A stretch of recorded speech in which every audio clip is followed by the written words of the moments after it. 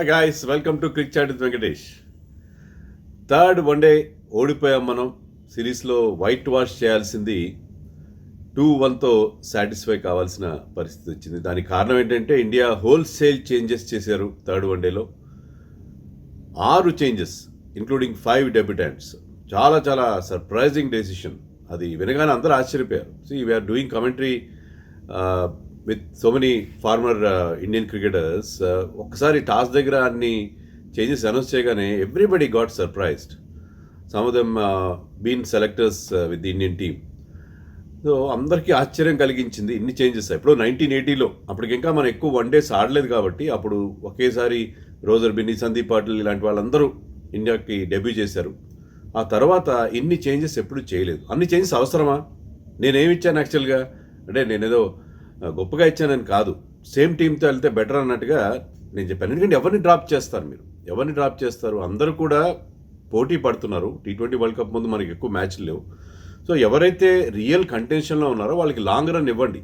ఎందుకంటే వాళ్ళు కూడా పెద్ద ఎక్కువ మ్యాచ్లు ఆడలేదు. ఈ పాండమిక్ సిచ్యుయేషన్లో వాళ్ళు ఆడిన మ్యాచ్లు కూడా చాలా తక్కువ. Take the case of Ishan Kishan, take the case of Bhuvneshwar Kumar, Deepak Chahar, they all perform really well. And Kulcha, వాళ్ళిద్దరు కూడా మళ్ళీ రిథంలోకి వస్తున్నారు. సో అలాంటి ప్లేయర్స్కి మీరు మళ్ళీ ఛాన్స్ ఇవ్వండి. ఛాన్స్ ఇచ్చి ఆ రిథం, ఎందుకంటే వాళ్ళు they are in contention for the world cup spots. So అలాంటి వాళ్ళని కాకుండా you bring in Krishnappa Gowtham, Nitish Rana. వాళ్ళు అసలు కంటెన్షన్లో ఉన్నారా? Chetan Sakariya we can understand, ఎందుకంటే అతను లెఫ్ట్ ఆర్మ్ సీమర్ కాబట్టి మన లెఫ్ట్ ఆర్మ్ సీమర్ అవసరం ఉంది. అతన్ని టెస్ట్ చేద్దాం అనుకున్నారు. ఓకే, అతను యాక్చువల్గా అయితే 1 డేస్లో కాకుండా T20లో చేస్తుంటే బాగుండేది. బట్ స్టిల్ అతను టెస్ట్ చేశారు. ఈ పర్ఫార్మ్డ్ వెల్. అలాగే సంజు శాంసన్ ఫిట్ అయిన తర్వాత అతను ఖచ్చితంగా రావాలి. ఎందుకంటే మనకి ఆ సెకండ్ వికెట్ కీపర్ స్పాట్ విషయంలో ఇషాన్ కిషన్కి అతనికి మధ్య పోటీ ఉన్నది. సో ఇషాన్ కిషన్కి అవకాశం ఇచ్చారు, సంజుకు కూడా అవకాశం ఇవ్వాలి. ఓకే ఫైన్, కానీ ఇన్ని చేంజెస్ చేయాల్సిన అవసరం ఉందా అనేది నాకైతే అర్థం కాలేదు. మనం ఒక్క మ్యాచ్లో బాగా పర్ఫామ్ చేస్తే కృష్ణప్ప గౌతమ్, నితీష్ రాణా ఇండియాకి T20 వరల్డ్ కప్ కోసం పోటీ పడతారా? ఒక మ్యాచ్లో బాగా ఆడి ఆ ఛాన్సే లేదు కదా.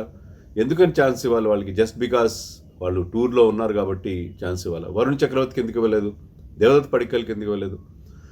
సో ఇది చాలా ఆశ్చర్యంగా అనిపించింది. బ్యాటింగ్లో మార్పులు ఎక్కువ చేయలేదు, బౌలింగ్లో హోల్సేల్ మార్పులు చేసేసారు. ఫస్ట్ 2 మ్యాచెస్లో ఆడిన బౌలర్స్ ఎవరు కూడా సెకండ్ మ్యాచ్లో లేరు. 3 స్పిన్నర్స్ని మార్చేశారు, 2 పేసర్స్ని మార్చేశారు. So what kind of changes are these things? దానికి ఎలాంటి ఎక్స్ప్లెనేషన్ ఉంది నాకైతే అర్థం కాలేదు. రాహుల్ ద్రావిడ్ గురించి మనం చాలా హైగా మాట్లాడుతాం. రాహుల్ ద్రావిడ్కి మనందరూ రెస్పెక్ట్ ఇవ్వాలి, రాహుల్ ద్రావిడ్ డెసిషన్ కూడా రెస్పెక్ట్ ఇవ్వాలి. కానీ ఇన్ని చేంజెస్ అవసరమా? ఎందుకంటే టీంకి అక్కడ బ్యాలెన్స్ కుదరలేదు. మీరు ఫస్ట్ 2 మ్యాచెస్లో 3 వేసి స్పిన్నర్స్తో ఆడారు. అది మీకు చాలా ఉపయోగపడింది. ఎందుకంటే పేసర్స్కి ఆ పిచ్ మీద ఎలాంటి హెల్ప్ లేదు. స్పిన్నర్స్ అక్కడ మనకి చాలా ఇంపార్టెంట్. కానీ ఈ మ్యాచ్లో ఈ went into with 2 spinners and 1 part timer Nitish Rana. Nitish Rana can give you a couple of overs, at best ఒక 3-4 ఓవర్లు ఇస్తాడు. He's not a regular spinner. So మీరు ఆ ఫార్ములా ఏదైతే మనకి రిజల్ట్ ఇచ్చిందో, మంచి రిజల్ట్ ఇచ్చిందో, ప్లేయింగ్ విత్ 3 స్పిన్నర్స్, ఆ ఫార్ములా వదిలేసి మీరు 2 స్పిన్నర్స్తో ఈ మ్యాచ్లోకి వెళ్ళారు. హార్దిక్ పాండ్యా ఏమాత్రం మంచి బౌలింగ్ ఫామ్లో వెళ్ళాడు, అతని మీద మీరు డిపెండ్ అయ్యారు. సో రియల్లీ దిస్ వన్ బ్యాఫుల్స్ అస్. అది ఏ రకంగా జస్టిఫికేషనో అర్థం కాలేదు. అది ఖచ్చితంగా ఓడిపోయారు మన వాళ్ళు. ఎందుకంటే షార్ట్ ఆఫ్ ఎక్స్పీరియన్స్. ఎప్పుడైతే శిఖర్ ధవన్ స్టార్టింగ్లోనే అవుట్ అయిపోయాడో, శిఖర్ ధవన్ ఏంటంటే ఇలాంటి ఇన్ఎక్స్పీరియన్స్ సైడ్కి అతను ఉంటే బాగుండేది. కానీ he scored just 13 runs, got out early. So అక్కడి నుంచి ఇన్నింగ్స్ దెబ్బతినింది. యాక్చువల్గా ఆ రెయిన్ బ్రేక్ వచ్చే వరకు కూడా మన వాళ్ళు బెటర్గా పర్ఫామ్ చేశారు. కానీ ఆ రెయిన్ బ్రేక్ దాటిన తర్వాత మన టీము వరుసగా వికెట్స్ కోల్పోవడం. అఖిల ధనంజయ తన సెకండ్ స్పెల్లో వచ్చి వరుసగా 3 వికెట్స్ తీశాడు. He got rid of Suryakumar Yadav, Gautham and Nitish Rana with no time. So ఆ కొలాప్స్ అనేది టీంని చాలా హర్ట్ చేసింది. నితీష్ రాణాని మీరు నెంబర్ 7 ఆడించారండి. He's a top order batsmen and you played him as an allrounder. I don't think he's an allrounder. He's a part time bowler. He's a batsmen who can bowl a bit. So ఈ changes ఎందుకో చాలా too much of ఎక్స్పెరిమెంటేషన్గా నాకు అనిపించింది. ఎందుకు ఓడిపోవాలి మనం match? సరే, dead rubber syndrome మనకి world cup super league points కూడా ఇంపార్టెంట్ కాదు. ఎందుకంటే వరల్డ్ కప్ మన ఇండియాలో జరుగుతుంది కాబట్టి నెక్స్ట్ వరల్డ్ కప్ 2023 మనం ఆల్రెడీ క్వాలిఫై అయిపోయాం. మనకి పాయింట్స్ ఇంపార్టెంట్ కాదు. డెడ్ రబ్బర్ సిండ్రోమ్లో you can make changes. But ఎందుకు మీరు ఒక బంగారు పళ్ళెంలో ఇన్ గోల్డెన్ ప్లాటర్ మ్యాచ్ పెట్టి వాళ్ళకి ఎందుకు అందించాలి? అవసరం లేదు కదా. శ్రీలంకలో ఎప్పుడో 2012లో ఓడిపోయాం మనం, ఆ తర్వాత ఎప్పుడూ ఓడిపోలేదు. సో ఆ రికార్డ్ని మెయింటైన్ చేయాలి కదా. మీరు వైట్ వాష్ చేసి ఒక సిరీస్లో వైట్ వాష్ చేసి చేయడం అనేది ఇంపార్టెంట్. మీరు ఎందుకని చేజేతులారా ఒక మ్యాచ్ ఓడిపోయే పరిస్థితి? ఓడిపోవాలని ఎవరు ఆడరు, బట్ ఎన్ని మార్పులు అవసరమా? అది నా క్వశ్చన్. ఇన్ని మార్పులు అందులో బ్యాలెన్స్ లేకుండా ఒక ఎక్స్ట్రా స్పిన్నర్ని ఆడించి ఉండాల్సింది. వరుణ్ చక్రవర్తిని తీసుకొచ్చి ఒక బ్యాట్స్మెన్ నితీష్ రాణాని కూర్చోబెట్టి ఉండాల్సింది. లేదంటే మీరు బ్యాటింగ్లో వేరే మార్పులు చేయాల్సి వచ్చింది, చేసి ఉండాల్సింది. అంతేగాని ఇషాన్ కిషన్ ఆడించాలి. ఎందుకంటే Ishan Kishan is in condition. మీరు అతన్ని T20స్లో కూడా చూడండి. T20స్లో ఇంగ్లాండ్తో జరిగిన సిరీస్లో 2వ మ్యాచ్లో 3వ మ్యాచ్లో అతను ఛాన్స్ ఇచ్చారు. లాస్ట్ 2 మ్యాచెస్ కూర్చోబెట్టారు, despite doing well and performing well, scoring A 50 on his debut. Second మ్యాచ్లో ఫెయిల్ అవ్వగానే ఆ తర్వాత 2 మ్యాచ్లో అతను కూర్చోబెట్టారు. ఇక్కడ కూడా ఓడిఐస్లో ఫస్ట్ మ్యాచ్లో 50 చేశాడు, సెకండ్ మ్యాచ్లో ఫెయిల్ అయ్యాడు, మళ్ళీ కూర్చోబెట్టారు. మీరు అతను డీసెంట్ రన్ ఇవ్వాలి కదా. అతను కంటెన్షన్లో ఉన్నాడు, T20 వరల్డ్ కప్లో కంటెన్షన్లో ఉన్నాడు. అలాంటి ప్లేయర్స్ ఆడించాలి. కానీ Nitish Rana, Krishnappa Gowtham, I don't think, I'm sorry to say that they are international class. Krishnappa Gowtham as a bowler also disappointed. He was struggling to get a place in his IPL టీంలో. ఈసారి చెన్నై సిఎస్కేలో అతనికి ప్లేస్ రాలేదు. అంతకుముందు ఆడిన ఫ్రాంచైజీలు కూడా అతని మీద అంత కాన్ఫిడెన్స్ పెట్టలేదు. నో డౌట్ అతను స్పిన్ బౌలింగ్ ఆల్రౌండర్గా అతనికి వాల్యూ ఉన్నది. స్పిన్ బౌలింగ్ మనకి ఎందుకంటే ఆల్రౌండర్స్ కావాలి, కరెక్టే. ఆఫ్ స్పిన్నింగ్ ఆల్రౌండర్స్ మనకి వాషింగ్టన్ సుందర్ ఉన్నాడు. ఈవెన్ అశ్విన్ కూడా ఓడిఐ టీంలో కానీ T20 టీంలో కానీ ప్లేస్ దొరకని సందర్భంలో మీరు Krishnappa Gowtham is he in contention for a place in the Indian team regular మామూలు పరిస్థితుల్లో. So these decisions really baffle us చాలామంది విషయంలో. బట్ స్టిల్ ఇండియా కూడా హావ్ డన్ బెటర్. ఇంకో 50 రన్స్ యాడ్ చేస్తుంటే ఏమైనా అవకాశం ఉండేదేమో. అదే శిఖర్ ధవన్ కూడా చెప్పాడు. బట్ వాళ్ళు కూడా బ్యాటింగ్ బాగా చేశారు. ఎందుకంటే మన బౌలింగ్లో ఆ పస లేదు. మీరు ఇద్దరు మీడియం పేసర్స్ని తీసుకున్నారు. మన Navdeep Saini, course fast bowlers అనాలేము. Navdeep Saini and Chetan Sakariya was impressive in the second spell. He got 2 wickets also. మొదట్లో వాళ్ళకి 2 ఓవర్లు 3 ఓవర్లు ఇచ్చేసి వాళ్ళని అక్కడే చేశారు. స్పిన్నర్స్ ఎక్సెప్ట్ రాహుల్ చహర్, మిగతా వాళ్ళు డిసప్పాయింట్ చేశారు. Rahul Chahar was good, particularly in second spell. He bowled really well. అతనికి యుజ్వేంద్ర చాహల్ మధ్య చాలా పోటీ మనకు కనిపిస్తుంది. రాహుల్ చహర్ చాలా బాగా బౌలింగ్ చేశాడు. But apart from him Chetan Sakariya was good in the end. But మిగతా బౌలింగ్ ఏమాత్రం బాగలేదు. అందుకే శ్రీలంక బ్యాట్స్మెన్ హాయిగా రన్స్ స్కోర్ చేశారు. Once again Avishka Fernando's excellent and he was supported well and with an aggressive 50 by రాజపక్సా.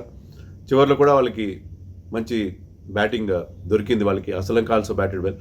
So I think Sri Lanka అనుకోకుండా ఒక విజయం సాధించింది. అది ఇండియా కూడా కంట్రిబ్యూట్ చేసిందేమో నాకు అనిపించింది. ఓవరాల్గా తీసుకుంటే ఏంటంటే మ్యాచ్ చాలా చాలా డిసప్పాయింటింగ్.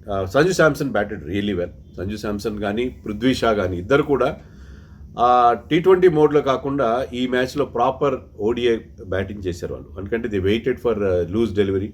ఎక్కువ రిస్క్ తీసుకోలేదు. అఫ్కోర్స్ వాళ్ళ 40స్ని పెద్ద నాక్స్గా కన్వర్ట్ చేయలేదు, అది డెఫినెట్గా మనం ఒప్పుకోవాలి.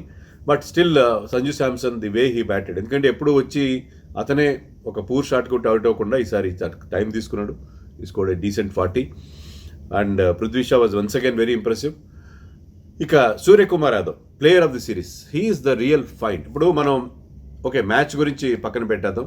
2-1తో మనం అయిపోయింది, match is done and dusted. Okay, but series నుంచి మనకి ఏమైనా టేక్ అవేస్ ఉన్నాయా? ఖచ్చితంగా the biggest take away, biggest positive happens to be Suryakumar Yadav తన ఎస్టాబ్లిష్ చేస్తున్నాడు. Man of the series award గెలుచుకున్నాడు. ఫస్ట్ మ్యాచ్లో 31 నాట్అవుట్, సెకండ్ మ్యాచ్లో 50, థర్డ్ మ్యాచ్లో కూడా ఒక 40. సో అతను the way he batted, the way he's getting boundaries. అతను ఏంటంటే అతనికి ఉన్న స్ట్రైక్ రేట్కి మనం ఏమనుకుంటామంటే power hitting, deep mid wicket, long on long off మీద బిగ్ సిక్సర్స్ కొడితేనే కొట్టే వాళ్ళకి అతని కైండ్ ఆఫ్ స్ట్రైక్ రేట్ ఉంటుంది. కానీ ఇలా అలా కొట్టకుండా గ్యాప్స్ ఫైండ్ అవుట్ చేయడంలో అతను expert. Without using that power hitting he gets runs at a very very quick time. So ఆ రేర్ టాలెంట్ అతనికి ఉంది. He has got a whole range of shots. ఎవరికి లేనంత రేంజ్ ఆఫ్ షాట్స్ అతనికి ఉన్నాయి. కాబట్టి అతను ఆ రెడ్ హాట్ ఫామ్లో ఉన్నాడు. గత 2 ఏళ్ళుగా మ్యాచ్ తర్వాత man of the series award అందుకుంటూ అతను చెప్పింది అదే, నేను ఇప్పుడు కాదు, నేను 2 ఏళ్ళ నుంచి ఇలాగే ఆడుతున్నాను. సో అంత కన్సిస్టెంట్గా ఆడుతున్నాడు. He booked slot for him in the T20 world cup. అది ముందే ఉంది.